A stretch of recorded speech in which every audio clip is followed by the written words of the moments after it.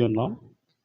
పరిశుద్ధ గ్రంథములో నుండి మనము ప్రతి ఆదివారం కూడా యోహాను సువార్తను ధ్యానం చేసుకుంటూ ఉన్నాం. ఈ దినము యోహాను సువార్త పరిశుద్ధ గ్రంథములో నుండి యోహాను సువార్త 2వ అధ్యాయం 1 నుండి కొన్ని వచనాలను మనం చదువుకుని వాక్యం ధ్యానం చేసుకుందాం. నేను చదువుతాను, దయచేసి మీరందరూ బైబుల్ చూడాలని నేను ప్రేమతో మనం చేస్తున్నాను. యోహాను సువార్త 2వ అధ్యాయం 1 నుంచి మనము 11 వచనాలు చదువుకుందాం. 3వ దినమున గలిలయలోని కానా అను ఊరిలో ఒక వివాహము జరిగెను. యేసు తల్లి అక్కడ ఉండెను. యేసును ఆయన శిష్యులను ఆ వివాహమునకు పిలువబడిరి. ద్రాక్షారసం అయిపోయినప్పుడు యేసు తల్లి వారికి ద్రాక్షారసము లేదని ఆయనతో చెప్పగా, యేసు ఆమెతో, అమ్మా, నాతో నీకేమి పని? నా సమయం ఇంకనూ రాలేదనెను. ఆయన తల్లి పరిచారకులను చూసి, ఆయన మీతో చెప్పునది చేయుడనెను. యూదుల శుద్ధీకరణాచార ప్రకారం 2-3 తూములు పట్టు 6 రాతి బాణలు అక్కడ ఉంచబడి ఉండెను. యేసు ఆ బాణలు నీళ్లతో నింపుడని వారితో చెప్పగా, వారు వాటిని అంచులో మటుకు నింపిరి. అప్పుడు ఆయన వారితో, మీరిప్పుడు ముంచి విందు ప్రధాని యొద్దకు తీసుకుని పోండని చెప్పగా, వారు తీసుకుని పోయిరి. ఆ ద్రాక్షారసం ఎక్కడి నుండి వచ్చెనో ఆ నీళ్లు ముంచి తీసుకుని పోయిన పరిచారకులకే తెలిసినది కానీ విందు ప్రధానికి తెలియకపోయిన కనుక, ద్రాక్షారసమైన ఆ నీళ్లు రుచి చూసినప్పుడు ఆ విందు ప్రధాని పెండ్లి కుమారుని పిలిచి, ప్రతివాడును మొదట మంచి ద్రాక్షారసమును పోసి జనులు మత్తుగా ఉన్నప్పుడు జబ్బు రసము పోయెను.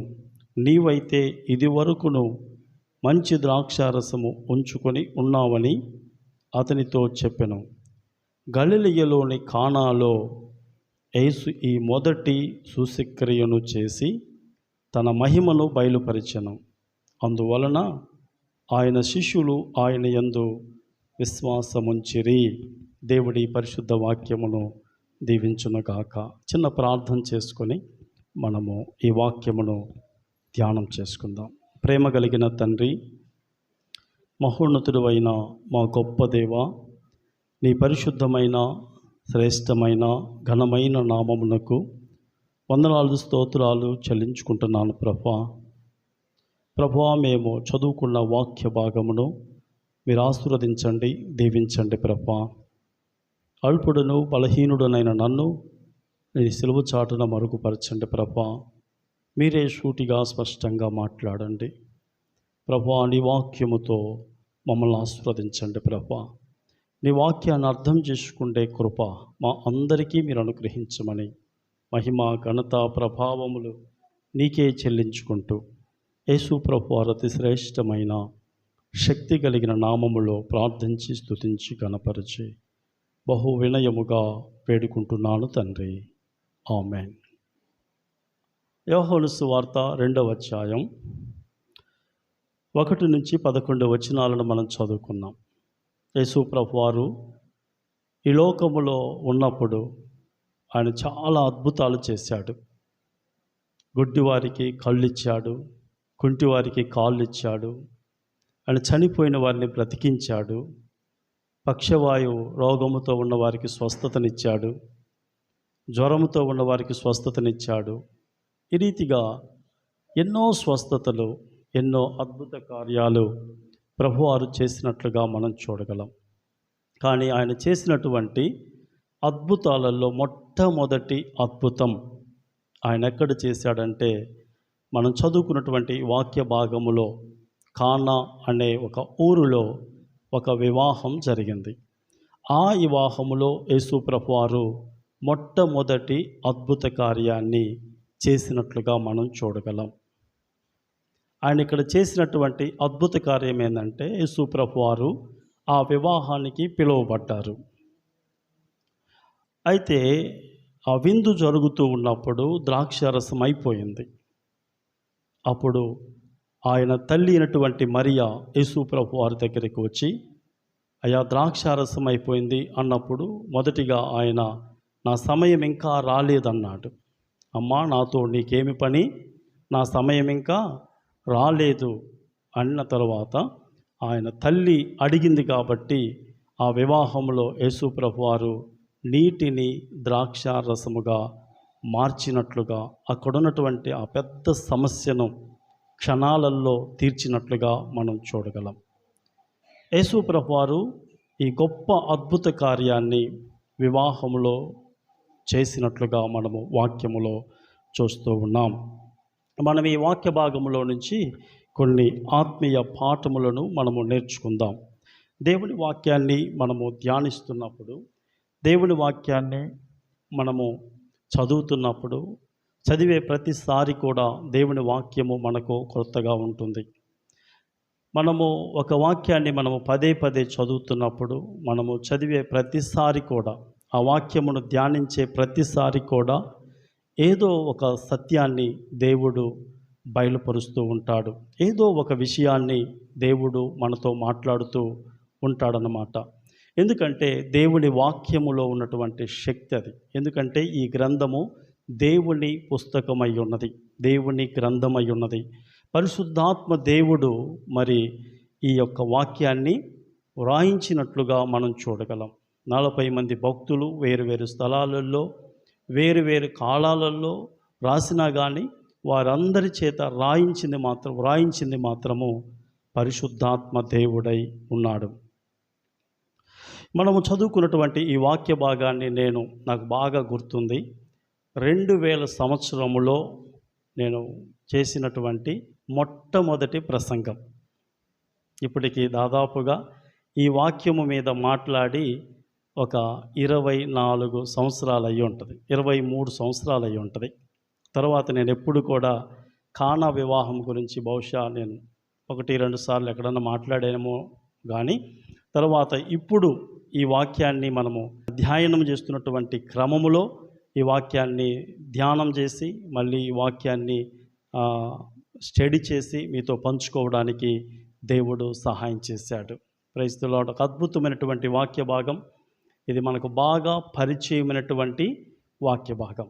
సో ఈ వాక్యములో నుంచి కొన్ని ఆత్మీయ పాఠములను మనము నేర్చుకుని మన జీవితానికి అన్వయించుకొని వాక్యానుసారంగా మనం జీవిద్దాం.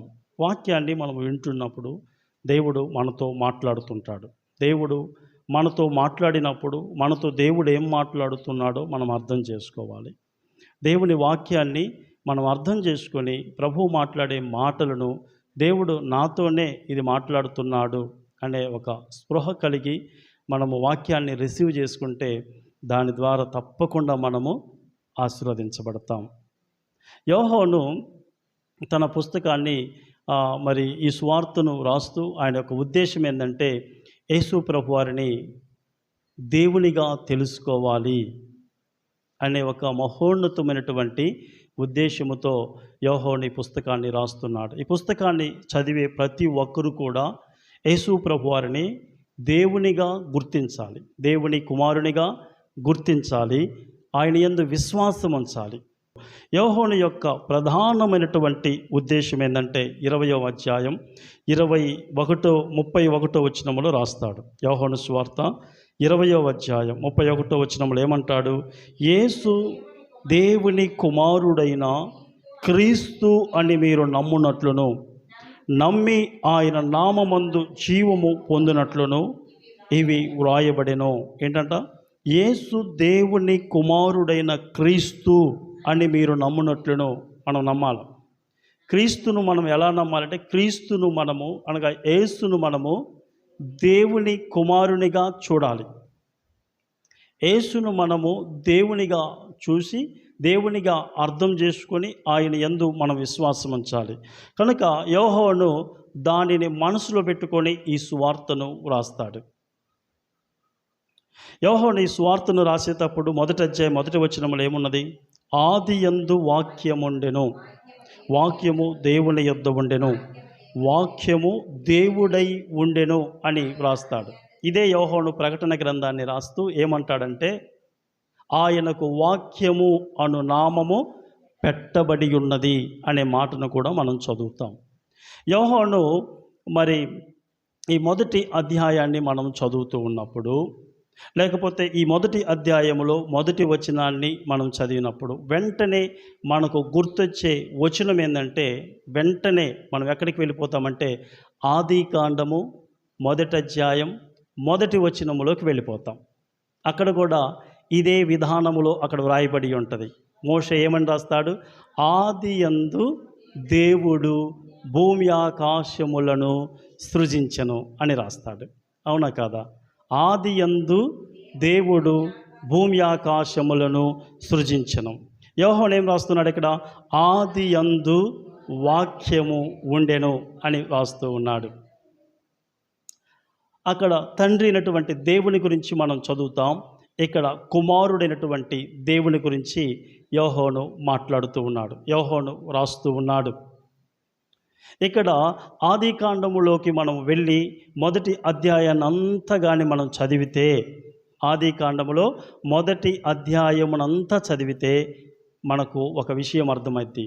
ఈ ప్రపంచాన్నంతటిని కూడా దేవుడు 6 దినాలలో సృష్టించాడు. అవునా కాదా?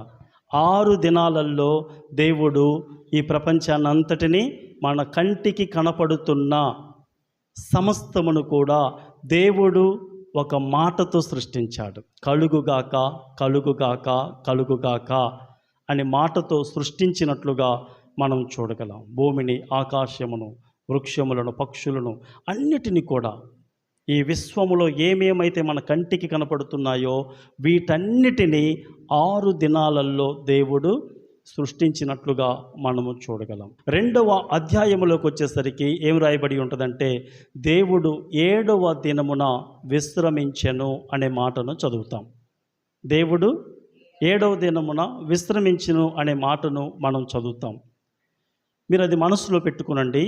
ఇప్పుడు మనము యోహాను సువార్త 1వ అధ్యాయంలోకి వచ్చినట్లయితే, ఆల్రెడీ మనము ఈ మొదటి అధ్యాయం అంతా ధ్యానం చేసుకున్నాం. ఈ మొదటి అధ్యాయం అంతా కూడా యేసు ప్రభువారు మరి ఆయన 33.5 సంవత్సరాలు ఈ భూమి మీద ఉన్నాడు. ఆయన పరిచర్యకు వచ్చింది ఎప్పుడంటే 30 సంవత్సరాల వయసులో ఆయన బహిరంగ పరిచర్యకు వచ్చాడు, పరిచర్యను ప్రారంభించాడు. ఆయన బహిరంగ పరిచర్యను ప్రారంభించిన తరువాత ఆ 6 రోజులు ఆయన ఏమేమైతే చేశాడో యోహాను సువార్త మొదటి అధ్యాయంలో 6 రోజుల ప్రభువారు చేసిన పరిచర్య గురించి వ్రాయబడి ఉంటుంది. 6 దినాలు యేసు ప్రభువారు చేసిన పరిచర్య గురించి యోహాను సువార్త 1వ అధ్యాయంలో వ్రాయబడి ఉంటుంది. మరి 2వ అధ్యాయంలోకి వచ్చేసరికి 7వ దినమున యేసు ప్రభువారు ఏం చేశారంటే ఈ కానా వివాహములో అద్భుతాన్ని చేసినట్లుగా మనం చూడగలం. ఇక్కడ 3వ దినమున గలిలయలోని కానా అను ఊరిలో ఒక వివాహము జరిగెను అని మనం చదువుతున్నాం. ఇది 3వ దినము ఎక్కడి నుంచి లెక్కేశారంటే, నతానేలును ప్రభువు దగ్గరికి తీసుకొని వచ్చినప్పటి నుంచి లెక్కేశారన్నమాట. అర్థమవుతుందా? నతానేలును మనము ముందు వాక్య భాగంలో చదువుకున్నాం. నతానేలును పిలుపు వచ్చి ఏమంటాడు? నతానేలు దగ్గరికి పిలుపు నతానేలు దగ్గరకు వచ్చి ధర్మశాస్త్రములోను ప్రవక్తల గ్రంథాలలోనూ ఎవరి గురించి అయితే వ్రాయబడి ఉన్నదో ఆయనను మేము కనుగొని ఉన్నాం అన్నప్పుడు నతానేలు ఏమంటాడంటే, నజరేతులో నుంచి మంచిది ఏదైనా రాగలదా? అంతకుముందు పిలుపు అంటాడు ఆ మాట. కనుక ఈయన యోసేపు కుమారుడైన నజరేయుడగు యేసు అని అతనితో చెప్పినప్పుడు వెంటనే నతానేలు ఏమంటాడంటే, నజరేతులో నుంచి మంచిది ఏదైనా రాగలదా అంటాడు. అప్పుడు వెంటనే పిలుపు ఏమంటాడంటే, వచ్చి చూడుము అంటాడు. వెంటనే నతానేలు ప్రభువారి దగ్గరికి వెళ్తాడు. నతానేలు దగ్గరికి ప్రభువారి దగ్గరికి వెళ్ళినప్పుడు ప్రభువారు నతానేలుతో మాట్లాడటం ప్రారంభించాడు. పిలుపు నిన్ను పిలవకముందే నువ్వు అంజూరపు చెట్టు కింద ఉన్నప్పుడే నేను నిన్ను చూశాను అన్నప్పుడు వెంటనే మరి నతానేలు కూడా నువ్వు నిజంగా దేవుని కుమారుడువు అని నతానేలు అన్నట్లుగా మనం చూడగలం. తర్వాత ఏం జరిగిందంటే, నతానేలుతో ప్రభువారు ఒక మంచి మాట అంటాడు. ఏమంటాడంటే, వీటికంటే గొప్ప కార్యములు చూతువని అతనితో చెప్పెను. ప్రభువారు చెప్పి 3 రోజులు కూడా కాలేదు, కానా వివాహములో ప్రభు చేసినటువంటి అద్భుతమైనటువంటి కార్యాన్ని నతానేలు తన కళ్ళతో చూసినట్లుగా మనం చూడగలం. కానాలో ఈ వివాహము జరిగింది. ఈ నతానేలు కూడా కానా అనే ఊరికి చెందినటువంటి వ్యక్తిగా దేవుని వాక్యములో మనం చదువుతాం. మనము యోహాను సువార్తలో మనం ఆ మాట చదువుతాం. యోహాను సువార్త మరి చివరి అధ్యాయంలో 2వ వచనములో మనకు నతానేలుది కానా అనే ఊరు అని మనకు అర్థమవుతుంది. కానాకి నజరేతుకి పెద్ద దూరం ఏముండదు, పక్క గ్రామాలన్నమాట. ఇది గలిలయలో ఉంటాయి ఈ గ్రామాలు, కానీ రిమోట్, బాగా ఒక చిన్న కుగ్రామము లాంటిదన్నమాట కానా అనే ఊరు. సో ఇక్కడ యోహాను ఆ యొక్క ఆది కాండముతోటి మరి ఇక్కడ యేసు ప్రభు వారిని గురించి వ్రాస్తూ ఆది కాండము 1వ అధ్యాయములో 6 రోజుల సృష్టి గురించి మనము చదువుతాం. ఇక్కడ యేసు ప్రభు వారు 6 దినాలు చేసిన పరిచర్య గురించి రాశాడు. అక్కడ తండ్రి అయినటువంటి దేవుడు 7వ దినమున విశ్రమించాడు. ఇక్కడ 7వ రోజు 2వ అధ్యాయములో యేసు ప్రభు వారు నీటిని ద్రాక్షారసంగా మార్చాడు.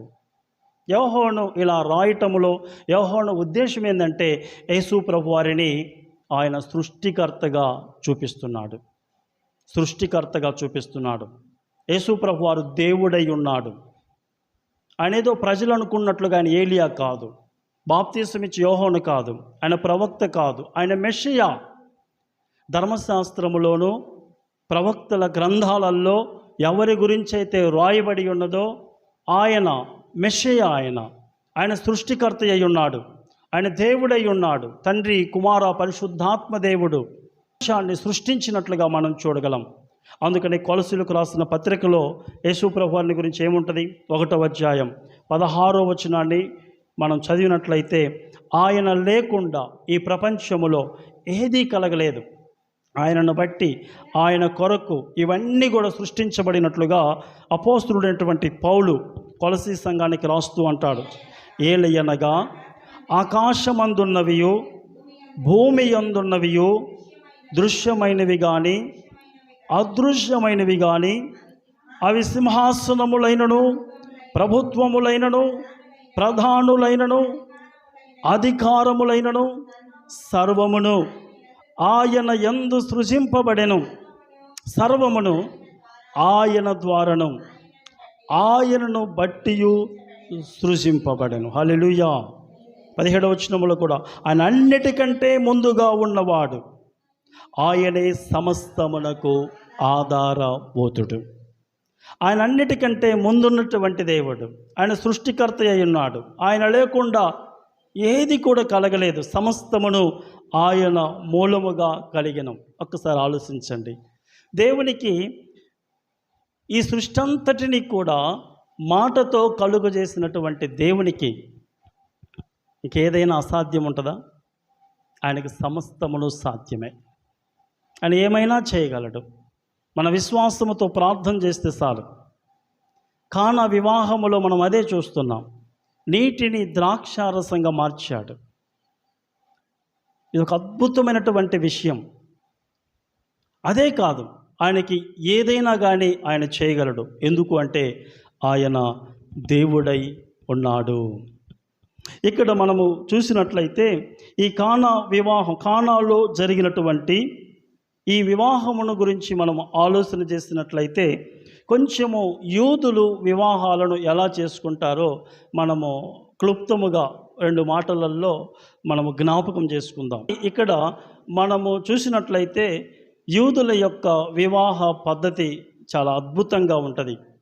కానీ అది మనందరం కూడా తెలుసుకోవాలి. ఎందుకు తెలుసుకోవాలి అంటే, యూదుల వివాహానికి క్రీస్తుకు సంఘానికి జరగబోయే వివాహానికి చాలా పోలికలు ఉన్నాయి. అందుకనే ప్రభు పిల్లలముగా, క్రీస్తు రక్తములో కడగబడినటువంటి బిడ్డలముగా, క్రీస్తుకు ప్రధానము చేయబడినటువంటి సంఘముగా, వధువుగా మనము యూదుల యొక్క వివాహ పద్ధతిని గురించి మనము నేర్చుకోవడము చాలా మంచిది. వారి వివాహాలు ఎలా ఉంటాయంటే, ప్రస్తుతము నేను క్లుప్తముగా చెప్తాను. వాళ్ళ వివాహాలు మనకులాగా ఒక్క రోజులో అయిపోవు. వారి వివాహాలు 7 రోజులు జరుగుతాయి. 7 రోజులు బంధువులను, రక్త సంబంధులను, స్నేహితులను అందరినీ కూడా, గ్రామస్తులను పిలుచుకుంటారు. వారు పిలుచుకొని 7 రోజులు వారి వివాహాన్ని జరిపించుకుంటారు. మొట్టమొదటి రోజు వివాహం అయిపోతుంది. అంటే పెళ్ళి కూతుర్ని పెళ్ళి కొడుకును ఒకటి చేస్తారు. వాళ్ళు ఒకటి చేసి వారిద్దరిని కూడా ఎక్కడో ఒక ఏకాంతంగా ఇంట్లోనే ఒక ప్రైవసీగా ఉన్నటువంటి రూములో ఉంచుతారు. అంతకుముందే వారికి ప్రధానమవుతుంది. అంతకు ముందు మళ్ళీ తల్లిదండ్రులు పిల్లలు పుట్టిన వెంటనే మాట్లాడుకుంటారు. నా కొడుక్కి నీ కూతుర్ని చేసుకుంటాను, ఆ విధంగా పేరెంట్స్ మాట్లాడుకుంటారు. సో ఇది మనము వివరంగా ఇంకొకసారి మనం ధ్యానం చేసుకోవచ్చు. కానీ ఇక్కడ మరి ఆ 7 రోజులు కూడా పెళ్లి కూతురును ఒక గదిలో ఉంచుతారు. ఎవరికి కనిపించనివ్వరు. ఒక పెళ్లి కొడుకు మాత్రమే పెళ్లి కూతురుతో ఉంటాడు. అప్పుడప్పుడు బయటకు వచ్చి ఆ ఫ్రెండ్స్ను, బంధువులను పలకరించి మళ్ళీ లోపలికి వెళ్తూ ఉంటాడు. కానీ 7వ రోజు పెళ్లి కూతురును చాలా సందడిగా మరి మనము చేస్తుంటాం కదా, వాయిద్యాల మధ్యలో పెళ్లి కూతురుని తీసుకొచ్చి బంధువులకి, స్నేహితులకి అందరికీ చూపిస్తారు. ఆ చివరి రోజు మంచి విందు జరుగుతూ ఉన్నది, విందు జరిగిద్ది. సో ఇది మనము సంఘానికి, క్రీస్తుకు జరగబోయే వివాహానికి సాదృశ్యముగా ఉంటుందని చాలామంది మరి మనము బైబిల్లో కూడా చూస్తాం. ప్రకటన గ్రంథము 19వ అధ్యాయములో గొర్రెపిల్ల వివాహమును గురించి, వివాహ విందును గురించి, వివాహోత్సవమును గురించి, గొర్రెపిల్ల వివాహోత్సవమును గురించి, గొర్రెపిల్ల పెళ్లి విందును గురించి మనము ప్రకటన గ్రంథము 19వ అధ్యాయం 9వ వచనములో మనం చదువుతాం.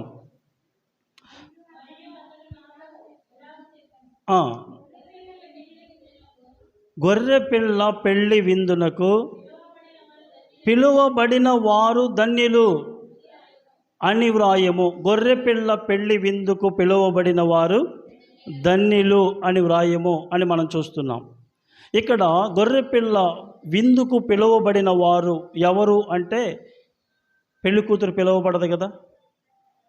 పెళ్లి కూతురు పెళ్ళికి ఎవరిని పిలుస్తారు? బంధువులను పిలుస్తారు. సో స్నేహితులను పిలుస్తారు. సో ఆ గొర్రెపిల్ల పెళ్లి విందుకు పిలువబడిన వారు ఎవరు అంటే ఇశ్రాయేలీయులు, శ్రమల కాలములో రక్షించబడినటువంటి వారు. వీళ్ళందరూ కూడా ఆ గొర్రెపిల్ల వివాహ విందుకు పిలువబడతారు. సరే, ఇప్పుడు మనం ఇందాక ఒక విషయాన్ని జ్ఞాపకం చేసుకున్నాం. ఆ విషయం ఏంటంటే, పెళ్ళి అయిన తరువాత ఆ 7 రోజులు కూడా మరి పెళ్లి కూతురు పెళ్లి కొడుకు ఒక చోట ఉంటారు 7 రోజులు. సో ఇక్కడ మనం ఆల్రెడీ ప్రకటన గ్రంథాన్ని ధ్యానం చేసుకున్నాం. మరి సంఘము ఎత్తబడిన తరువాత ఈ భూలోకంలో ఎన్ని సంవత్సరాలు శ్రమల కాలము? 7 సంవత్సరాలు శ్రమల కాలం ఉంటుంది. అప్పుడు సంఘము ఎవరితో ఉంటుంది? యేసు ప్రభు వారితో ఉంటుంది. మధ్యాకాశములో సంఘము క్రీస్తుతో ఉంటుంది. సో 7 సంవత్సరాల తరువాత యేసు ప్రభు వారు ఏం చేస్తారంటే, సంఘాన్ని తీసుకొని ఆయన భూమి మీదకి వస్తాడు. అప్పుడు ఇక్కడ భూమి మీద గొర్రెపిల్ల వివాహ విందు జరుగుతుంది.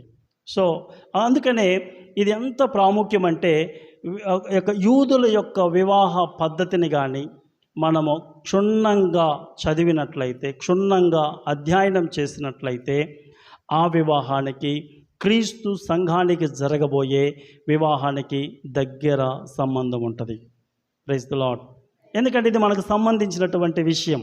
సంఘము అంటే క్రీస్తు వధువు, క్రీస్తు మన వరుడై ఉన్నాడు. మనము క్రీస్తుకు ప్రధానము చేయబడి ఉన్నాం కనుక మనము ఒకరోజు క్రీస్తును వివాహము చేసుకోబోతున్నాం. ఇదంతా కూడా మనము భవిష్యత్తులో చూడబోతున్నాం. కానీ ఇక్కడ మనము చూసినట్లయితే మరి 2వ వచనములో ఏం రాయబడి ఉన్నది? యేసు తల్లి అక్కడ ఉండెను. యేసును ఆయన శిష్యులను ఆ వివాహమునకు పిలువబడిరి అని మనం చదువుతున్నాం. ఇక్కడ యేసు ప్రభువారు తల్లి ఆల్రెడీ ముందే వెళ్ళింది కదా. మన ఇళ్ళల్లో పెళ్ళిళ్ళు ఉన్నాయనుకోండి, ఎవరు వస్తారు ముందు? ఎవరు వస్తారు? పెళ్లి కూతురు, పెళ్లి కుమారుడి వాళ్ళ పెద్దమ్మోళ్ళు, చిన్నమ్మోళ్ళు, వీళ్ళే కదా ముందు వచ్చేది, అన్ని చక్కబెడతారు, అవునా కదా? సో యూదుల యొక్క వివాహ కార్యక్రమాలలో కూడా వాళ్ళే. అందుకనే అక్కడ మరియమ్మ ఆల్రెడీ వచ్చేసింది. కొంతమంది భక్తులు ఏమంటుంటారంటే వాళ్ళ సిస్టర్ యొక్క కుమారుడి మ్యారేజ్ ఏమో ఇది అని అంటారు. దాని గురించి పూర్తిగా బైబిల్లో రాయబడలేదు, కానీ ఒక అభిప్రాయం ఇది, ఒక బైబిల్ పండితుల యొక్క అభిప్రాయం. ఎందుకంటే ఆమె అప్పటికే వెళ్ళిపోయింది అక్కడికి. యేసు ప్రభు వారి యొక్క తల్లికి సహోదరులు ఉన్నారు. సో ఆ యొక్క సహోదరులలో ఒక సహోదరి కుమారుని పేరు యోహాను. అందుకనే యోహాను, యేసు ప్రభు వారు ఒకే పోలికలో ఉంటారు. ఎందుకంటే వీరిద్దరూ అక్కా చెల్లెళ్ళ పిల్లలు, వీళ్ళిద్దరూ కజిన్స్ అన్నమాట, ఒకే పోలికలో ఉంటారంట. అందుకనే మరి యూదులు రోమా సైనికులు కన్ఫ్యూజ్ కాకుండా ఉండడానికి యూదాతో ఏం మాట్లాడుకున్నారంటే, ఆయన ఎవరో, ఆ క్రీస్తు ఎవరో మాకు చూపించమంటారు. అప్పుడు ఆయన ఆ రోమా సైనికులతో ఏమన్నాడు, నేను ఎవరినైతే ముద్దు పెట్టుకుంటానో ఆయనే క్రీస్తు, మీరు కన్ఫ్యూజ్ కావాల్సినటువంటి పని లేదు. అంటే పొరపాటున వాళ్ళు యోహాను పట్టుకుంటారేమోనని, ఎందుకంటే వీళ్ళిద్దరూ ఒకేలాగా ఉంటారంట. సో అందుకనే ఈ యోధ వెళ్ళి యేసు ప్రభువారిని ముద్దు పెట్టుకున్నట్లుగా మనం చూడగలం. వాళ్ళు వచ్చి ప్రభువారిని అరెస్ట్ చేసి తీసుకొని వెళ్ళిపోయారు. సో బైబిల్ పండితులు ఏమంటారంటే, ఈ పెళ్ళి బహుశా యేసు ప్రభువారి యొక్క కజిన్ యోహానుదేమో అభిప్రాయం అన్నమాట. సో అది బైబిల్ గ్రంథంలో వ్రాయబడలేదు. యోహాను కూడా ఆ సంగతి ప్రస్తావించలేదు. యోహానుకు ఉన్నటువంటి ఒక గొప్ప మనసు ఏంటంటే, బైబిల్ రాసినటువంటి చాలామందిలో కూడా గొప్ప మనసును మనం చూడగలం. వాళ్ళ గురించి వాళ్ళు రాసుకోవడానికి అస్సలు ఇష్టపడేవాళ్ళు కాదు. ఈవెన్ బైబిల్ పండితుల అభిప్రాయం ఏంటంటే, యోహాను శిష్యుడుగా ఉన్నటువంటి ఆంద్రేయ మరొక శిష్యుడు గురించి ఇక్కడ రాయబడి ఉంటుంది. మరొక శిష్యుడు, ఆ మరొక శిష్యుడు ఎవరు అంటే యోహానే కావచ్చు అని బైబిల్ పండితుల అభిప్రాయం.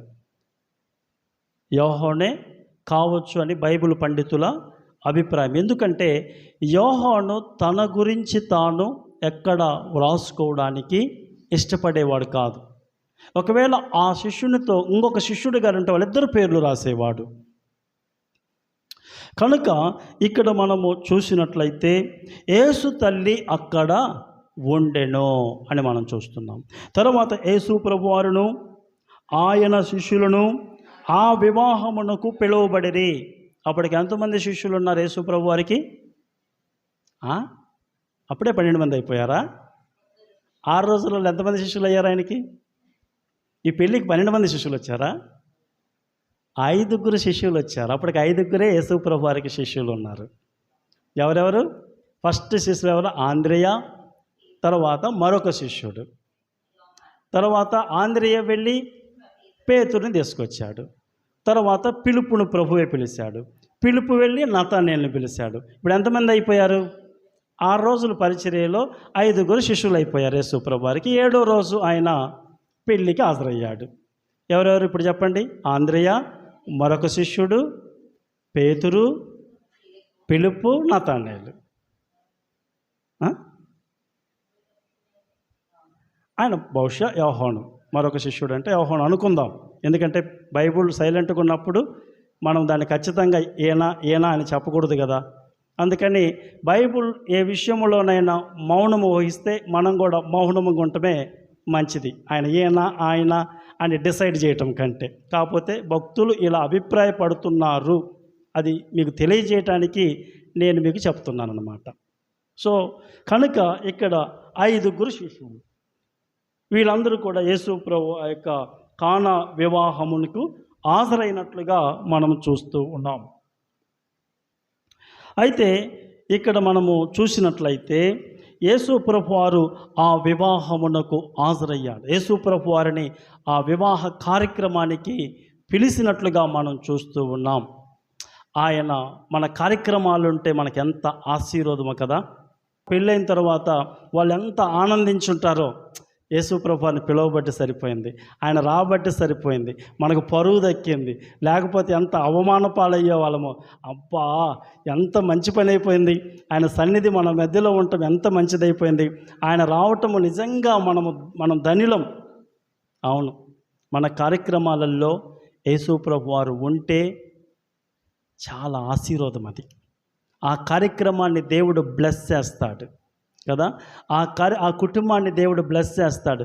కానీ మనము చాలాసార్లు మన వివాహ కార్యక్రమాలకు కానీ, మన ఇళ్లలో జరిగే కార్యక్రమాలకు కానీ మనము ప్రభువును రానియం. మనం దేవుని సన్నిధిని కనపడకుండా చేస్తాం. ఎందుకు అంటే చాలామంది భయపడుతూ ఉంటారు. ఆయన కానీ వస్తే మనము చేసే వాటికి ఆయన ఎక్కడ అడ్డు తగులుతాడో అనే భయము చాలామందిలో ఉండి మనము జరిపించుకునే లోక సంబంధమైనటువంటి వాటికి, లోకానుసారమైనటువంటి సాంప్రదాయాలు, ఆచారాలకి ఆయన ఎక్కడ అడ్డు తగులుతాడోననే భయముతోటి ప్రభువారిని కనిపించకుండా చేస్తాం. అంటే ఆ కార్యక్రమాలలో ప్రార్థన ఉండదు, ఆ కార్యక్రమాలలో వాక్యం ఉండదు, ఆ కార్యక్రమాలలో దేవుని స్తుతి ఉండదు, పాటలు ఉండవు, దేవుని గురించినటువంటి పాటలు ఉండవు. అక్కడ దేవుడు కనపడ్డు. వాళ్ళు ఏమనుకుంటారంటే ప్రభు రాకపోతే మనము స్వేచ్ఛగా చాలా బాగా హ్యాపీగా జరిపించుకోవచ్చు అనుకుంటాం. కానీ వాళ్ళు పొరపాటు పడుతున్నారు. ప్రభు ఉంటేనే ఆ కార్యక్రమానికి ఆశీర్వాదం. ప్రభు ఉంటేనే ఆ కార్యక్రమానికి ఎంత బ్లెస్సింగో ఈ వివాహమును గురించి కొంచెము మనము ధ్యానం చేస్తే మనకు అర్థమవుతుంది. ఈ వివాహంలో గమనించినట్లయితే దేవుని సన్నిధి ఆ కార్యక్రమంలో ఉండబట్టి గొప్ప అద్భుతం జరిగింది. నీటిని ద్రాక్షారసముగా మార్చినట్లుగా మనం చూడగలం. ఈ వివాహములో ప్రభువు ఉండబట్టి ఇక ఏ కొరత రానివ్వలేదు. అక్కడ మళ్ళా ద్రాక్షారసం అయిపోవటం కానీ, మళ్ళా ద్రాక్షారసం అయిపోయిందని చెప్పడం కానీ మనం చూడం. సమృద్ధిగా తాగినోళ్ళు తాగినంత ద్రాక్షారసం పోయడానికి ప్రభువారు అద్భుతం చేశాడు కదా. అవునా కదా. అక్కడున్న రాతి బాణలకు అంచుల మటుకు నింపారంట నీటిని. మొత్తం కంప్లీట్గా ఆయన ద్రాక్షారసం చేశాడు. అంటే దాదాపుగా అక్కడ 6 రాతి బాణలుంటే దాదాపుగా ఆ రాతి బాణలకు 500-600 లీటర్ల నీళ్లు పడతాయంట. 1 లీటర్ మనము ఫాంటా తెచ్చుకుంటాం కదా, అదే ద్రాక్షారసం అనుకుందాం. ఎంతది? 50 రూపాయలు. 500-600 లీటర్లు అంటే ఎంత? 500-600 లీటర్ల ద్రాక్షారసమైంది ఆ రోజు ప్రభువారు చేశారు. ఒక్కసారి ఇమాజిన్ చేయండి. అంటే దాదాపు 30,000 రూపాయలు విలువ చేసే ద్రాక్షారసం ప్రభువు జస్ట్ క్షణంలో చేసేసాడు. Praise the lord. ప్రభువారు అంటే మనకు మేలా లేకపోతే అడ్డమా? ఆలోచించండి ఒకసారి. ఆయనంటే సమృద్ధి ఉన్నట్లే. ఆయన సన్నిధి ఆ వివాహములో ఉండబట్టి అక్కడ కొరత తీరిపోయింది. ఆయన సన్నిధి అక్కడ ఉండబట్టి వారు నిజంగా ఆయనే లేకపోతే ఎంత బాధపడేవాళ్ళు. సపోజ్ మీకు ఎగ్జాంపుల్ చెబుతాను. పెళ్ళికి ఒక 500 మందిని మనం పిలిచాం, 250 మంది భోజనాలు చేశారు. ఇంకా పెళ్ళికి అతిథులు వస్తూ ఉన్నారు, ఇంకా ఒక 200 మంది భోజనం చేయాలా. అప్పటికే మొత్తం భోజనం అయిపోయింది. ఎలా ఫీల్ అవుతాం చెప్పండి? మనం కాళ్ళు అడుతాయి మీకు? అసలు ఎంత ఇన్సల్ట్గా ఉంటుంది. ఎవరెవరు ఎన్ని మాటలు అనుకుంటుంటారు. చేతగానోడు ఎందుకు పిలిచాడు అనుకారా? తగ్గట్టుగా చేసుకోవచ్చులే అనుకారా? అవునా? అనుకుంటారు అనుకారా? పెదాలు ఎరగదీసిపోయే వాళ్ళు కొంతమంది, గొనుక్కుంటూ వెళ్ళే వాళ్ళు కొంతమంది, ముఖం మీదనే తిడతారు కొంతమంది. నువ్వు మమ్మల్ని ఎందుకు పిలిచావు? పిలిచి ఇలా అవమానించి పంపిస్తావా అని మనల్ని అనరా? దయచేసి గమనించండి. ప్రభువు వారు అక్కడికి రాబట్టి దాని నుంచి వారు విడుదల పొందారు. ఎలాగంటే అసలు మనమే ఇంత ఫీల్ అయితే, యూదులలో అయితే ఇలాంటిది జరిగితే చాలా అవమానంగా ఫీల్ అవుతారు, చాలా చిన్నతనంగా ఫీల్ అవుతారు. ఆ నింద ఆ పెళ్లి చేసుకుండే ఆ నూతన వధూవరులు జీవితాంతము వెంటాడుతూ ఉంటుంది, జీవితాంతము వెంటాడుతూ ఉంటుందంట ఆ బాధ, ఆ గిల్టీనెస్. కానీ ప్రభువు వారిని వారు పిలుచుకోబట్టి, దేవుడు ఆ రోజు ఆ అద్భుతం చేయబట్టి నిజంగా దాని నుంచి వారు విడుదల పొందారు. ద్రాక్షారసం అయిపోయింది. ఒకవేళ విందు మధ్యలో ద్రాక్షారసం అయిపోతే ఫ్యామిలీ మెంబర్స్ అందరూ కూడా చాలా బాధపడతారు. అది శుభకార్యము, అందరూ సంతోషంగా ఉండాలి. ద్రాక్షారసం సంతోషానికి గుర్తు. అందరూ కూడా ముఖాలు యాలేసుకుని ముఖాలందరూ కూడా మాడిపోయాయి. కానీ ఆ రోజు ప్రభువు ఉండబట్టి వారి ముఖాలను మళ్ళీ వెలిగించేశాడు. వారిని నిరాశపడనివ్వలేదు, అవునా కాదా? వారిని దుఃఖపడనివ్వలేదు, వారిని బాధపడనివ్వలేదు. వారి ముఖాలలో మళ్ళీ చిరునవ్వు. ప్రభువు ఉంటే, దేవుని సన్నిధి ఉంటే మనల్ని ఎప్పుడు నిరాశపరచడు. ప్రభువు మన కార్యక్రమాలలో ఉంటే మనం ఎప్పుడు సంతోషంగా ఉంటాం. అక్కడ ఏ లోటు కూడా రానివ్వడు. అందుకనే మన ఇళ్లల్లో ఏ కార్యక్రమం జరిగినా మన ప్రభువారు ముందుండాలని కోరుకోవాలి. ప్రార్థన, పాటలు ప్రార్థనాపూర్వకంగా జరగాల, వాక్యాన్ని ఆధారం చేసుకొని జరగాల.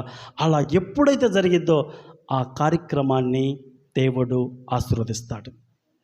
ఆయన సన్నిధిలో అంత గొప్ప శక్తి ఉంది. ఆయన రాబట్టి గొప్ప సమస్యకు వారికి పరిష్కారము దొరికినట్లుగా మనము చూడగలం. ఇంకా మనము గమనించిన 3వ వచనంలో ఏమున్నది? ద్రాక్షారసం అయిపోయినప్పుడు యేసు తల్లి వారికి ద్రాక్షారసము లేదని ఆయనతో చెప్పగా, అప్పుడు ఆయన ఏమంటున్నారు? యేసు ఆమెతో, అమ్మా, నాతో నీకేమి పని? నా సమయం ఇంకను రాలేదనెను. ఆ తల్లి మరియా యేసు ప్రభు వారి దగ్గరికి వచ్చి, బహుశా ఆమె అవన్నీ చక్కబెడుతూ ఉన్నదేమో, బహుశా ఆమె యేసు ప్రభు వారి దగ్గరికి వచ్చి, అయ్యా, ద్రాక్షారసం అయిపోయింది. అక్కడ ఉన్న వాళ్ళకి ఎవరికీ తెలియదు యేసు ప్రభు వారు దేవుని కుమారుడని. బహుశా వాళ్ళందరికీ యేసు ప్రభు వారు ఎలా తెలుసు అంటే, ఈయన యోసేపు కుమారుడు, ఈయన వడ్లవాణి కుమారుడు అని మాత్రమే తెలుసు. ఇతర సోదరీమణులు మనతో కూడా ఉన్నారు కదా, అలానే తెలుసు. యేసు ప్రభు వారు పరిచర్యకు వచ్చి 6 రోజులైంది, ఇంకా ఒక్క అద్భుతము కూడా చేయలేదు. ఇదే ఫస్ట్ మిరకల్. కానీ మరియకు మాత్రము ప్రభువారి గురించి తెలుసు. ఎందుకంటే ఆ రోజు దేవదూత వచ్చి మాట్లాడింది. ఆమె ఎలా గర్భవతి అయిందో ఆమెకు తెలుసు. ఆమెకు తెలుసు ఆ సంగతి. ఎంత అద్భుతంగా ఆమె కన్సీవ్ అయిందో, ఎలా అద్భుతంగా, అది మిరకల్. యేసు ప్రభు వారి యొక్క పుట్టుక అది పరిశుద్ధాత్మ వలన కలిగినది అనే సంగతి మరియకు మాత్రమే తెలుసు. మరియా ఈయన దేవుని కుమారుడు అని మరియకు తెలుసు. ఇప్పుడు ఆయన 30 సంవత్సరాలు నిండిన తర్వాత ఆయన పరిచర్యకు వచ్చాడు. ఇప్పుడు ఆయన ఏమై ఉన్నాడో తెలియపరుచుకోవడానికి సమయం వచ్చింది. అది మరియ గ్రహించింది.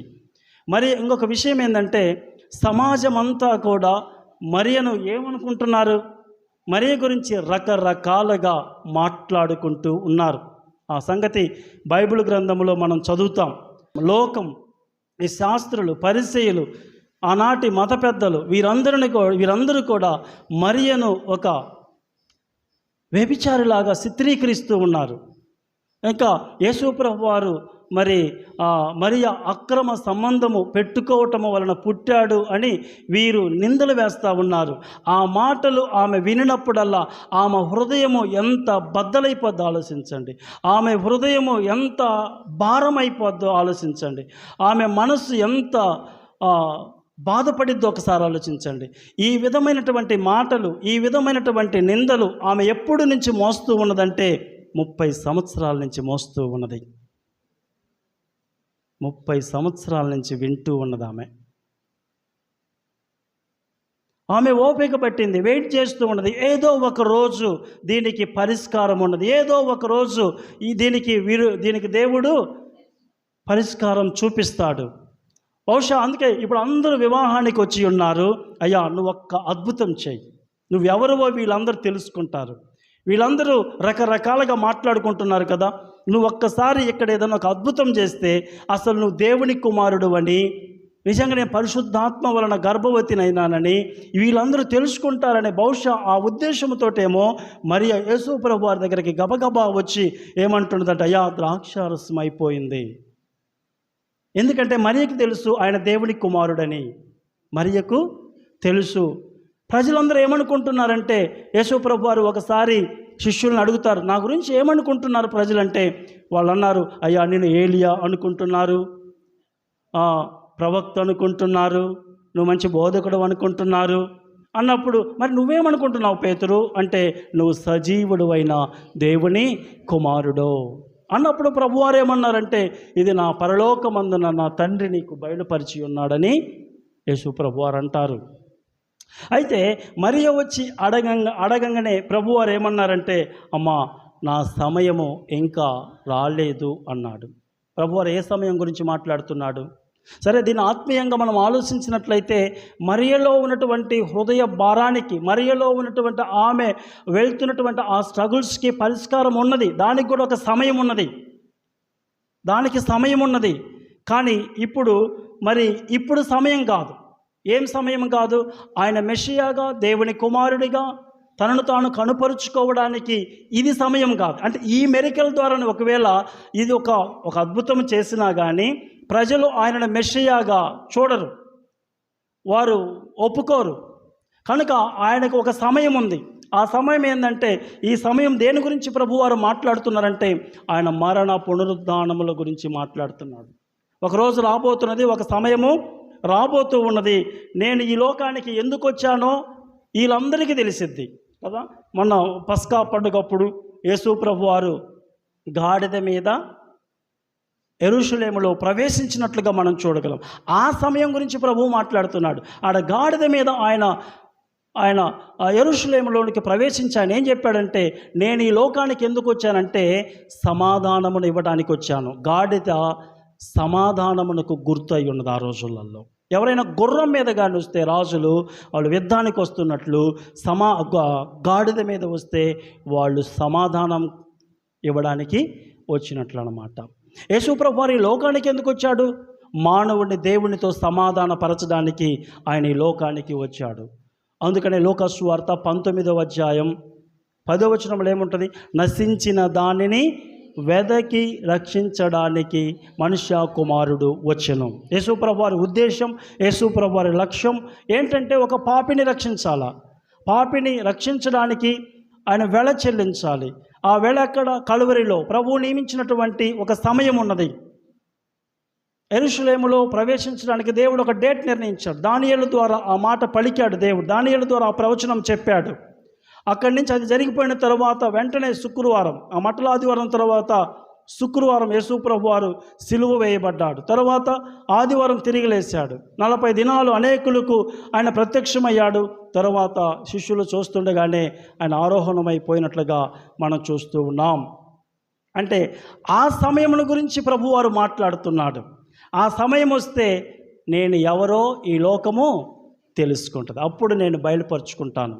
నేను ఈ లోకానికి ఎందుకు వచ్చానో ఈ లోకానికి నేను బయలుపరుస్తాను. అమ్మా నా సమయం ఇంకా రాలేదు. అందుకనే ప్రభువారు ఒక చోట అంటాడు, ఇలా సమయం ఇంకా రాలేదు అని పలు సందర్భాలలో యోహాను సువార్తలో అన్నాడు. ఆయన నా సమయం ఇంకా రాలేదు కాబట్టి ఆయనను పట్టుకోవాలనుకున్నా వారు పట్టుకోలేకపోయారంట. కానీ ఒక సమయం వచ్చినప్పుడు ప్రభువారు 17వ అధ్యాయం 1వ వచనంలో ఏమంటాడంటే, ఇదే యోహాను సువార్తలో ఒక మాట సిస్టర్ 17:1. యేసు ఈ మాటలు చెప్పి ఆకాశము వైపు కన్నులెత్తి ఇట్లా, తండ్రి నా గడియ వచ్చి ఉన్నది. Praise the lord. ఈవెన్ 13వ అధ్యాయంలో కూడా ఆ మాట చదువుతాం. నా గడియ వచ్చి ఉన్నది. నేను సిలువకు అప్పగింపబడే సమయము వచ్చి ఉన్నది. నేను పాపుల చేతికి అప్పగింపబడే సమయము వచ్చి ఉన్నది. నేను ఈ లోకంలో అందరి కోసము చనిపోయే సమయం వచ్చింది. నేను సమాధి చేయబడతాను, తిరిగి లేసే సమయం వచ్చింది. నేను తిరిగి తండ్రి దగ్గరికి వెళ్ళే సమయం వచ్చింది అని ప్రభువారు ఆ సమయం గురించి ప్రభువారు ఇక్కడ మాట్లాడుతున్నారు. మనందరి జీవితాలలో కూడా మనం ఒక్కసారి ఇక్కడ ఆత్మీయంగా మన జీవితానికి అన్వయించుకున్నట్లయితే మనందరి జీవితంలో ఒక సమయం ఉంది. మన సమస్యలు పరిష్కరించబడటానికి, ప్రభువు చేత హెచ్చించబడటానికి కదా. మనందరి జీవితంలో ఒక సమయం ఉంది. ఆ సమయం వరకు మనం ఓపిక పట్టినట్లయితే, మనీతో కూడా ప్రభు అంటున్నాడు, అమ్మా నువ్వు ఎలాంటి పరిస్థితుల గుండా వెళ్తున్నావో నాకు తెలుసు. నువ్వు ఏ పరిస్థితుల్లో ఉండి నువ్వు ఈరోజు ఈ అద్భుతం చేయమంటున్నావో నాకు తెలుసు. ఎవరెవరు ఏ సమస్యల గుండా వెళ్తున్నారో మన ప్రభు వారి కంటే ఈ లోకంలో ఎవరికి ఎక్కువ తెలియదు. మన హృదయంలో ఎలాంటి బాధ ఉన్నదో, మనం ఎలాంటి కష్టకాలం గుండా వెళ్తున్నామో, ఎలాంటి నిందల గుండా వెళ్తున్నామో, ఎలాంటి ఆర్థిక ఇబ్బందుల గుండా వెళ్తున్నామో, ఎలాంటి కుటుంబ సమస్యల గుండా వెళ్తున్నామో మన ప్రభు వారికి తెలిసినంతగా ఈ లోకంలో ఎవరికీ తెలియదు. మరియు కూడా ఎలాంటి స్ట్రగుల్స్ గుండా వెళ్తూ ఉన్నదో ప్రభు వారికి బాగా తెలుసు. కానీ సమయం ఉందమ్మా, ఈ సమస్యకు పరిష్కారం నేను ఈ లోకంలో నేను మెషియానని, నేను దేవుని కుమారుణ్ణని తెలుసుకునే సమయము చాలా త్వరగా రాబోతూ ఉన్నది. వీళ్ళు వేసిన నిందలకు, వీళ్ళు చేసిన ఆరోపణలకు ఫుల్ స్టాప్ పెట్టే సమయము రాబోతున్నది అని ప్రభువారు ఆమెకి పరోక్షంగా చెప్తున్నాడు. ఆమె కూడా తన బాధను అదని ఇక్కడ చెప్పటం లేదు. కానీ కొంచెము మనం ఆలోచన చేసినట్లయితే ఆమె అలాంటి స్ట్రగుల్స్ కూడా వెళ్తూ ఉన్నది అప్పటికే. అయితే ఇక్కడ మనము చూసినట్లయితే మరి మనందరి జీవితంలో ఒక సమయము ఉన్నది. ఆ సమయం కోసం మనం ఓపిక పట్టాలి. ఆ సమయం వచ్చిందంటే దేవుడు ఒకసారి మనం బ్లెస్ చేయటం ప్రారంభించాడంటే ఎవరు ఆపలేరు. దేవుడు ఒక వ్యక్తిని వాడుకోవటం ప్రారంభించాడంటే ఎవరు ఆపలేరు. దేవుడు ఒక వ్యక్తిని చూడటం ప్రారంభించాడంటే ఆ వ్యక్తి దీవెనను, ఆ వ్యక్తి భౌతికంగా ఆత్మీయంగాను తను ఆశీర్వదించబడతాడు. Praise the lord. మనందరి జీవితంలో ఒక సమయం ఉంటుంది. దేవుడు తగిన సమయమందు మిమ్మల్ని హెచ్చించినట్లు ఆయన బలిష్టమైన చేతుల క్రింద దీన మనసుకులై ఉండండి. పేతురు రాసిన పత్రికలు మనం చదువుతాం. మనము అప్పటి వరకు కూడా చాలా ప్రార్థనాపూర్వకంగా దేవుని మీద మనము ఆధారపడుతూ మన చుట్టూ చూసినప్పుడు మనకి ఏమీ అనిపించదు. మనము దేవుడిని నమ్ముకొని ఉంటాం, ప్రార్థన చేసుకుంటాం, బైబిల్ చదువుకుంటాం, కానీ మనకి అంత శూన్యంలో ఉన్నట్లుగా ఉంటుంది. కానీ మనం అప్పుడే చాలా జాగ్రత్తగా ఉండాలి. అప్పుడే మన దేవుడు మనం సిద్ధపరుస్తున్నాడని ఆలోచించాలి. మన ప్రార్థనాపూర్వకంగా దేవుడి మీద ఆనుకుంటూ జీవించాలి, దేవుడి మీద ఆధారపడుతూ జీవించాలి. మీకు ఒక విషయాన్ని జ్ఞాపకం చేస్తాను, ఒక 2 సందర్భాలను మీకు గుర్తు చేస్తాను. మొట్టమొదటిగా మనం దానియేలు గురించి మాట్లాడుకున్నాం. దానియేలు బబులోను దేశానికి వెళ్ళాడు. నెబుకద్నెజర్ కాలంలో బహుగా ఆశీర్వదించబడ్డాడు, బహుగా హెచ్చించబడ్డాడు. ఒక ఉన్నతమైనటువంటి స్థానములో దానియేలు ఉన్నట్లుగా మనం చూడగలం. ఒక 10 నిమిషాలు ఈరోజు లేట్ అయింది, సాక్ష్యాలు చెప్పడం లేట్ అయింది కాబట్టి దయచేసి ఓపికగా ఉండాలని నేను ప్రేమతో మనవి చేస్తున్నాను. సో ఇక్కడ మనము గమనించినట్లయితే, అయితే ఆ రాజు తర్వాత, నెబుకద్నెజర్ రాజు తర్వాత ఇంకొక రాజు వస్తాడు. ఆ రాజు ఎవరంటే నెబో నీడస్ అంటారు. ఆ రాజు వచ్చిన తర్వాత దానియేలును ఆ స్థానం నుంచి తప్పిస్తారు, రిమూవ్ చేస్తాడు. ఎన్ని సంవత్సరాలు తెలుసా? 20 సంవత్సరాలు. ఆ రాజు పరిపాలించినంతకాలం దానియేలును మళ్ళీ పైకి రానివ్వలేదు. అయితే దానియేలు ఎక్కడన్నా నిరాశపడ్డాడా? దానియేలు అయ్యో పదవి పోయింది, అధికారం పోయింది, ఉద్యోగం పోయింది అని ఎక్కడా నిరాశపడలేదు. దానియేలు ఏమీ లేనప్పుడు ఎలా ప్రార్థన చేసుకునేవాడో, ఏమీ లేనప్పుడు ఎలా వాక్యం చదువుకునేవాడో, ఏమీ లేనప్పుడు దేవుని మీద ఎలా ఆధారపడేవాడో, అన్నీ వచ్చిన తర్వాత అలానే ఉన్నాడు. మళ్ళా ఆ పదవి పోయిన తర్వాత కూడా అలానే ఉన్నాడు. అసలు కనపడ్డు ఎక్కడ దానియేలు, మనకి ఎక్కడ కనపడ్డు. మళ్ళీ బెల్షాజర్ అనే రాజు వస్తాడు. ఎవరమ్మా? బెల్షాజర్ అనే రాజు వస్తాడు. ఆయన ఒకరోజు బాగా తాగి తందనాలాడుతూ గోడ మీద ఒక రాతను చూస్తాడు. గోడ మీద ఎవరో ఒక హస్తం ఏదో రాసినట్లుగా కనబడింది. దాని అర్థం ఆయనకి తెలియదు. ఆ దేశంలో ఉన్నటువంటి గారడీ విద్య గల వాళ్ళని, జ్ఞానులను అందరినీ పిలుస్తారు. కానీ ఎవ్వరు కూడా ఆ రాతను చదివి భావము చెప్పలేకపోతారు. అప్పుడు వాళ్ళకి ఎవరు గుర్తొస్తారు? రాజు బాగా కలత చెందుతాడు. దీన్ని ఎవరు చదివి భావం చెబుతారు? దీన్ని ఎవరు చదవగలరు? దీన్ని ఎవరు దీని అర్థం ఎవరు చెప్పగలరు అని ఆయన మనసులో చాలా కలతపడుతూ ఉంటే, అక్కడున్న జ్ఞానులు వాళ్ళందరూ కూడా ఏమన్నారంటే, రాజా నువ్వు కలత పడవలసినటువంటి అవసరం లేదు, మన రాజ్యంలో ఒక వ్యక్తి ఉన్నాడు, అతను మాత్రమే చదవగలడు, అతను మాత్రమే నీకు ఈ భావాన్ని చెప్పగలడు. ఆ వ్యక్తి ఎవరంటే దానియేలు. Praise the lord. 20 సంవత్సరాలు అసలు తెర వెనక్కి వెళ్ళిపోయాడు. దేవుడు అలా మళ్ళా అక్కడ జ్ఞాపకము చేశాడు. వెంటనే దానియేలుని తీసుకురండి అన్నప్పుడు వారు దానియేలుని తీసుకొచ్చాడు. అప్పుడు దానియేలు ఆ వ్రాతను చదువుతాడు. మేనే మేనే టేకెల్ ఓపార్షన్, దానికి భావము చెబుతాడు. ఆ భావము విన్న తరువాత వెంటనే బెల్షాజర్ రాజు చచ్చిపోతాడు. ఆ భావమును చాలా భయం వేస్తుంది దానికి. అంటే నీ రాజ్యం కూలిపోతుంది, నువ్వు దేవుడు నేను చూసినప్పుడు నువ్వు తేలిపోతావు అనే భావముతో కూడినటువంటి వ్రాతను ఆ రాజుకు చెబితే అతను ఇక భరించలేక దాన్ని చూసి ఆ రోజే చచ్చిపోతాడు. తర్వాత చూడండి, దానియేలు ఓపిక పట్టబట్టి, దానియేలు దేవుని మీదనే ఆనుకోబట్టి, దానియేలు అయ్యో ఉద్యోగం పోయిందని నిరాశపడలేదు. దానియేలు విశ్వాసముతోటి నమ్మకముతోటి ప్రార్థన చేసుకుంటూ ఉన్నాడు. మళ్ళీ దానియేలు జీవితంలో ఒక సమయం వచ్చింది. మళ్ళీ దేవుడు ఉన్నతమైన స్థానంలో దానియేలును పెట్టినట్లుగా మనం చూడాలి. ఇది 5వ అధ్యాయంలో చూస్తాం. మళ్ళీ 6వ అధ్యాయంలోకి వచ్చేసరికి ఆయనకి పెద్ద శోధన వచ్చింది. కానీ 6వ అధ్యాయంలో ఆయన దేశపోయి మళ్ళీ సింహాల బోన్లో వేస్తారు. అక్కడ కూడా దానియేలు ప్రార్థన చేసుకుంటాడు. అక్కడ కూడా అద్భుతంగా తప్పించబడతాడు. మనందరి జీవితంలో ఒక సమయం ఉంటుంది. ఇంకొక చిన్న ఇన్సిడెంట్ మీకు బైబిల్లో జరిగినటువంటి విషయాన్ని మీకు జ్ఞాపకం చేస్తాను. ఇది మత్తయి సువార్త 17వ అధ్యాయంలో జరిగింది. యేసు ప్రభు వారు 3 శిష్యులను తీసుకొని రూపాంతరం కొండమీనికి పోతాడు. అవునా కాదా? రూపాంతరం కొండమీనికి వెళ్ళాడు. కానీ మిగతా 9 మంది శిష్యులు ఎక్కడున్నారు? కొండ కింద ఉన్నారు. రూపాంతరం కొండ మీద ప్రభువారు ఆయన యొక్క వస్త్రములు సూర్యుని వలె ప్రకాశించినట్లుగా మనం చూడగలం. అప్పుడు ప్రభువారు ఏమనంటాడు యేసు ప్రభువారిని గురించి? ఈయన నా ప్రియ కుమారుడు, ఈయన యందు నేను ఆనందించుచున్నానని ప్రభువారు అన్నారు. సరే, అది జరిగిన తరువాత వాళ్ళు కొండ దిగి వస్తారు. కొండ దిగి వస్తే ఒక అతను తన కొడుకును చాంద్ర రోగంతో బాధపడు, ఒక విధమైనటువంటి డిసీజ్ అనమాట. ఆయన ఆ రోగంతో బాధపడుతున్నటువంటి ఒక వ్యక్తిని తీసుకుని వస్తాడు. ప్రభువారి దగ్గరికి వస్తే ప్రభువారు ఆ వ్యక్తిని బాగు చేస్తాడు. అక్కడ 9 మంది శిష్యులు ఉంటారు. అప్పుడు తర్వాత ఆయన ఆ తండ్రి వచ్చి ప్రభువారితో ఏమంటాడంటే, అయ్యా నా కొడుకుని నీ శిష్యుల దగ్గరికి తీసుకెళ్ళాను, కానీ వారు బాగు చేయలేకపోయారు.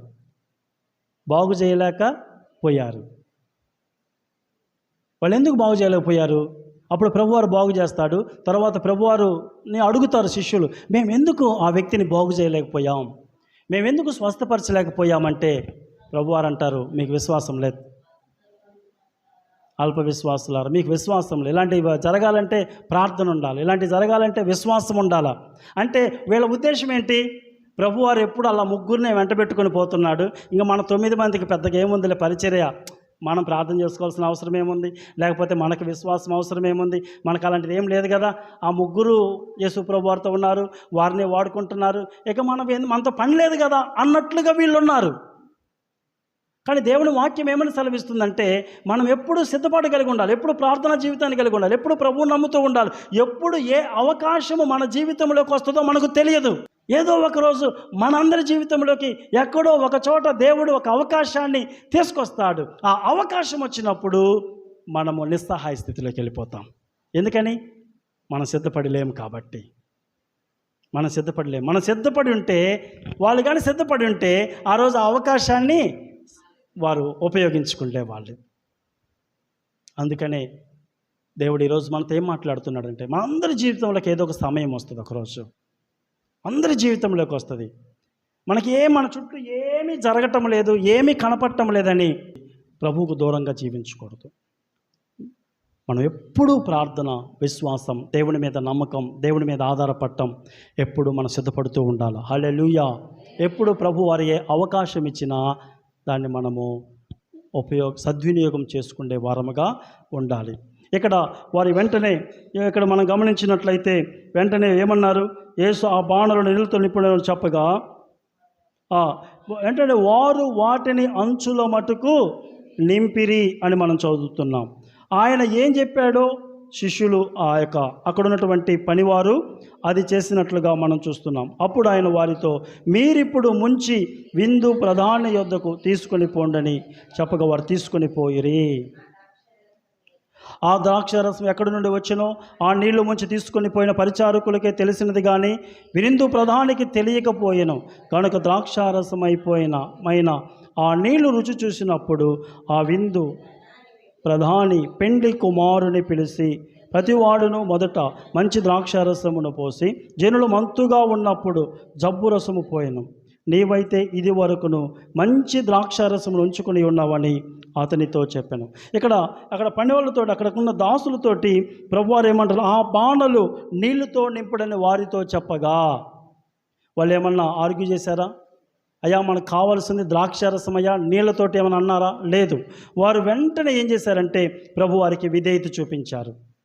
నేను ఇందాక చెప్పా కదా, దాదాపుగా 6 రాతి బాణలను నింపాలంటే దాదాపుగా 500-600 లీటర్లు నింపాలి. కానీ వారు సనుక్కోకుండా గొనుక్కోకుండా ఉత్సాహంగా వారు ఆ 6 రాతి బాణలకు అంచుల మటుకు నింపారు, కొంచెం కూడా వెలితి లేకుండా. మూడవదిగా గమనించినట్లయితే చాలా ఓపిక కలిగి ఉన్నారు. ఏం జరిగిద్దో ప్రభువారిని అడగలేదు అసలు. ప్రభువారు ఏమన్నారంటే ఓన్లీ మీరు నీళ్లను, ఆ బాణలను నీళ్లతో నింపమన్నాడు, అంతే. ఆ మాటే అన్నాడు, అవునా కదా? వెంటనే వారు ఒక్క మాట కూడా ఎదురు చెప్పకుండా, సనుక్కోకుండా, గొనుక్కోకుండా, రీజనింగ్స్ అడగకుండా, మనకు కావాల్సింది నీళ్లు కాదయ్యా, ద్రాక్షారసం కావాలి, నువ్వు ద్రాక్షారసం నీళ్లు పోయమంటున్నావేంటి, ఇలాంటి ఏమీ అడగకుండా వారు మౌనముగా మారు మాట చెప్పకుండా దేవుని మాటకు విధేయత చూపించారు. ఎప్పుడైతే వాళ్ళు విధేయత చూపించారో వారు నింపినటువంటి నీళ్ళు ఏమైపోయాయంటే ద్రాక్షారసం అయిపోయాయి. ఇక్కడ జాగ్రత్తగా గమనించండి, మనందరి జీవితాలలో కూడా దేవుడు ఏదైనా చెబుతాడు, ఆ ఫలితం గురించి చెప్పడు. అసలు ఫలితం చెప్పడు. ఇక్కడ దాసులను పిలిచి మీరు ఇదిగో నీళ్లు నింపండి, దాసులను నిలిపి వాళ్ళని ఇట్లా నిలబెట్టి వాళ్ళకు ఒక క్లాస్ ఇవ్వలేదు. ఇదిగో మీరు నీళ్ళు నింపండి, నింపిన తర్వాత నేను ద్రాక్షారసము అయ్యేటట్లుగా చేస్తాను, తర్వాత మీరు తీసుకోండి. వాళ్ళందరూ కూడా బాగున్నాయి అంటారు, చాలా రుచిగా ఉన్నాయి, ఎక్కడి నుంచి వచ్చినాయి అంటారు. తర్వాత యోహాను, నా శిష్యులలో ఒక శిష్యుడు యోహాను సువార్త రాస్తాడు, 2వ అధ్యాయంలో ఈ సంగతి గురించి రాస్తారు. ఫ్యూచర్లో చాలా కోట్ల మంది మీ గురించి చదువుతారు, చాలా మందికి మీ గురించి ప్రకటిస్తారు, కనుక ఇది చేయండి అని చెప్పాడు ప్రభువారు. చెప్పాడు అట్లా? ఏమీ చెప్పలేదు, మొత్తం హోల్డ్లో పెట్టాడు. ఏమి జరగబోతుందో మనకు కూడా అదే చెబుతాడు, అదే చేస్తాడు. మన జీవితంలో అదే జరుగుతుంది. మొత్తం ఆయన ఇలా పట్టుకొని చెయ్యమంటాడు, అంతే. అప్పగిస్తే ఏదన్నా ఇది చెయ్యి, అది చెయ్యి అంటాడు. అది చేస్తే దాని తర్వాత గొప్ప ఆశీర్వాదాన్ని మనం చూడగలం, గొప్ప ఆశీర్వాదాన్ని. ఒకవేళ ఆ రోజు కొనుక్కుంటూ తప్పించుకొని పోయినామనుకో, మన బ్లెస్సింగ్ని మిస్ అయిపోతాం. కనుక ఇక్కడ ఆ యొక్క ఇన్సిడెంట్స్ గురించి వాళ్ళు ఆ ద్రాక్షారం పోస్తూ ఉన్నప్పుడు ఆ ప్రధాన ఏమన్నాడు తెలుసా? పెళ్లి ప్రధాని, అబ్బా ఇంత మంచి ద్రాక్షారసము ఇప్పుడు దాకా ఎక్కడ పెట్టారు, అసలు ఎక్కడ పెట్టారు అన్నారు. మంచి ద్రాక్షారసం అర్థం కాలేదు అసలు. దీని గురించి ఇక్కడ ఏం రాయబడి ఉంటుందంటే, ఆ ఈ నీళ్లు ముంచి తీసుకొని పోయిన పరిచారకులకే తెలిసినది కానీ విందు ప్రధానికి తెలియకపోయాను. ప్రభువారి అంత గొప్ప అద్భుతం చేసి అది ఎవరికి చెప్పుకోలేదు. అక్కడ ఒక గుంపుకు మాత్రమే తెలుసు. ఆ పెళ్లిలో అట్టడుగునున్నోళ్ళు ఎవరంటే, చాలా తక్కువగా కనపడేది ఎవరంటే అక్కడ పనిచేసే పనోళ్ళు. వాళ్లకు మాత్రమే తెలుసు ఈ ద్రాక్షారసం ఎక్కడి నుంచి వచ్చిందో. Praise the lord. వాళ్ళకు మాత్రమే దేవుడు రివీల్ చేశాడు. ఇంకా ప్రధానికి తెలియదు, అక్కడున్న ప్రముఖులకి ఎవరికి కూడా ఆ ద్రాక్షారసం ఎక్కడి నుంచి వచ్చిందో తెలియదు. యేసు ప్రభు వారు పుట్టినప్పుడు కూడా ఫస్ట్ వర్తమానం, ఆయన పుట్టినటువంటి వర్తమానం ఎవరికి వెళ్ళిందంటే హేరోదు రాజుకు వెళ్ళలేదు, పరిసయ్యులకు వెళ్ళలేదు, హేరోదీయులకు వెళ్ళలేదు, అక్కడున్న రోమా సైనిక అధికారులకు వెళ్ళలేదు. ఎవరికి వెళ్ళిందంటే ఎక్కడో గొర్రెలు కాసుకుంటున్నటువంటి, అట్టడుగునటువంటి, ఆనాడు అపవిత్రులుగా భావించబడుతున్నటువంటి, దొంగలుగా భావించబడుతున్నటువంటి, అంటరాని వారికి భావించబడుతున్నటువంటి వాళ్లకు ఆ వర్తమానము వెళ్ళినట్లుగా మనం చూడగలం. ఫస్ట్ మెసేజ్ వాళ్ళకి వెళ్ళింది. ఇక్కడ యేసు ప్రభు వారు ఫస్ట్ మెరికల్ చేస్తే ఆ మెరికల్ అంటే ఫస్ట్ అద్భుతం చేస్తే ఆ ఫస్ట్ అద్భుతం ఎవరు చేస్తారో ఒక గుంపుకే తెలిసింది. వాళ్ళు ఎవరంటే పనోళ్ళకి తెలిసింది. దేవునికి స్తోత్రం కలుగును గాక. దేవుడి జ్ఞానులకును కొంతమందికి మరుగుపరిచి ఆయన కార్యాలు ఎవరికి బయలుపరుస్తారంటే పసిబాలులకు బయలుపరుస్తాడంట. పసిపిల్లలకు బయలుపరుస్తాడు. పసిపిల్లలు అంటే ఎవరికి? దేవుని పిల్లలే. దేవుని నమ్ముకున్న పిల్లలను పసిపిల్లలతో దేవుడు పిల్లలతో పోల్చినట్లుగా మనం చూడగలం. కనుక ఇక్కడ నేను ముగించేస్తున్నాను. ఇక్కడ మనము చూసినట్లయితే అక్కడ జరిగినటువంటి కార్యము మరి అక్కడ ఉన్న వారికే తెలిసింది. మనము కొంచెము ఓపిక పట్టినట్లయితే మన జీవితంలో కూడా ప్రభువు మాట విన్నట్లయితే, ప్రభు మాటకు మనం విధేయత చూపిస్తే, కొంచెము ఓపిక పడితే దేవుని ఆశీర్వాదాలు ఎలా ఉంటాయంటే, దేవుని ఆశీర్వాదాలు చాలా సమృద్ధిగా ఉంటాయి. దేవుని ఆశీర్వాదాలు ఎలా ఉంటాయంటే అక్కడ ఉన్న వాళ్ళందరికీ ఆశ్చర్యాన్ని కలుగజేస్తాయి. చాలా శ్రేష్టమైనటువంటి ఆశీర్వాదాలు దేవుడు మనకు అనుగ్రహిస్తాడు. ఎప్పుడు మనం దేవునికి విధేయత చూపించినట్లయితే, దేవుని మాట విన్నట్లయితే, దేవుని యొక్క సన్నిధి మన కార్యక్రమాలలో ఉన్నట్లయితే, దేవుడు గొప్పగా బహుగా చాలా మంచిగా దేవుడు మనలను ఆశీర్వదిస్తాడు. అసలు మనకే ఆశ్చర్యం వేస్తూ ఉంటుంది. అసలు నేను ఈ ఆశీర్వాదానికి నేను తగిన వాడినేనా అనిపిస్తూ ఉంటుంది. అలాంటి ఆశీర్వాదాలతో దేవుడు ఆశీర్వదిస్తాడు. అందుకని యెషయా గ్రంథం 1:19 మనం ఏం చదువుతాం? సమ్మతించిన మాట వినని ఎడల భూమి యొక్క మంచి పదార్థములను మీరు అనుభవిస్తారు. తర్వాత ఈ కార్యము శిష్యులకు కూడా తెలిసింది. 11వ వచనంలో ఏముంటుందంటే, గలిలయలోని కానాలో యేసు ఈ మొదటి సూచక్రియను చేసి తన మహిమను బయలుపరిచెను. అందువలన ఆయన శిష్యులు ఆయన యందు విశ్వాసముంచిరి. Praise the lord. కనుక మనందరి జీవితాలలో దేవుడు కార్యాలు చేస్తాడు. నీటిని ద్రాక్షారసంగా మారుస్తాడు. నీరు ఎలాంటి టేస్ట్ ఉండవు కదా, నీళ్ళు, కానీ ద్రాక్షారసం తాగటానికి రుచికరంగా ఉంటుంది.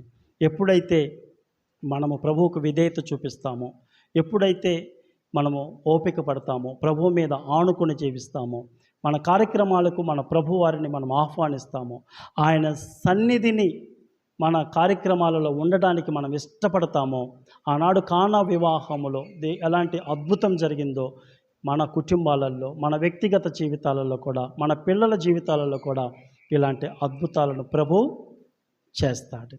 ద్రాక్షారసముగా మార్చడం అంటే అది సంతోషానికి గుర్తు. ప్రభువు చేసే ప్రతి కార్యము కూడా మనకు సంతోషాన్ని ఇస్తుంది, సమృద్ధిగా ఉంటుంది. ప్రభు ఒక వ్యక్తిని ఆశీర్వదిస్తే ఆ వ్యక్తి జీవితంలో కొరత అనేది ఉండదు, సమృద్ధిగా దీవించబడతాడు. ఇక మర్చిపోబుద్ధి కాదు ప్రభు చేసే కార్యాలను, అంతగా దేవుడు దీవిస్తాడు. కనుక మనందరము దేవుడు చెప్పే మాటను విందాం. దేవుని సన్నిధిని మనము ఎప్పుడూ కలిగి ఉండటానికి, ప్రతి కార్యక్రమంలో యేసయ్య సన్నిధిని మనము కలిగి ఉండటానికి ఇష్టపడదాం. ఆయన మాటకు సంపూర్ణంగా విధేయత చూపిద్దాం. అప్పుడు నిజంగా మనందరి జీవితాలలో దేవుడు అద్భుతాలు చేస్తాడు, ఆశ్చర్య కార్యాలు చేస్తాడు. దేవుడి కొద్ది మాటలను దీవించును గాక. ఆమేన్. ప్రార్థన చేసుకున్నాం. ప్రేమ కలిగిన తండ్రి, మహోన్నతుడు అయిన మా దేవ, నీ పరిశుద్ధమైన శ్రేష్టమైన నామమునకు వందనాలు స్తోత్రాలు చెల్లించుకుంటున్నాను ప్రభువా. మేము చదువుకున్న ధ్యానం చేసుకున్నటువంటి వాక్యాన్ని మా హృదయాలలో నాటి ఫలింప చేయండి ప్రభువా. నీ లేఖనానుసారంగా జీవించే కృప దయచేయమని, నీ వాక్యాన్ని ఓపికగా శ్రద్ధగా విన్న నీ బిడ్డలందరినీ దీవించమని యేసుక్రీస్తు వారి నామములో ప్రార్థించి స్తుతించి గణపరిచి బహు వినయముగా వేడుకుంటున్నాను తండ్రి. ఆమేన్.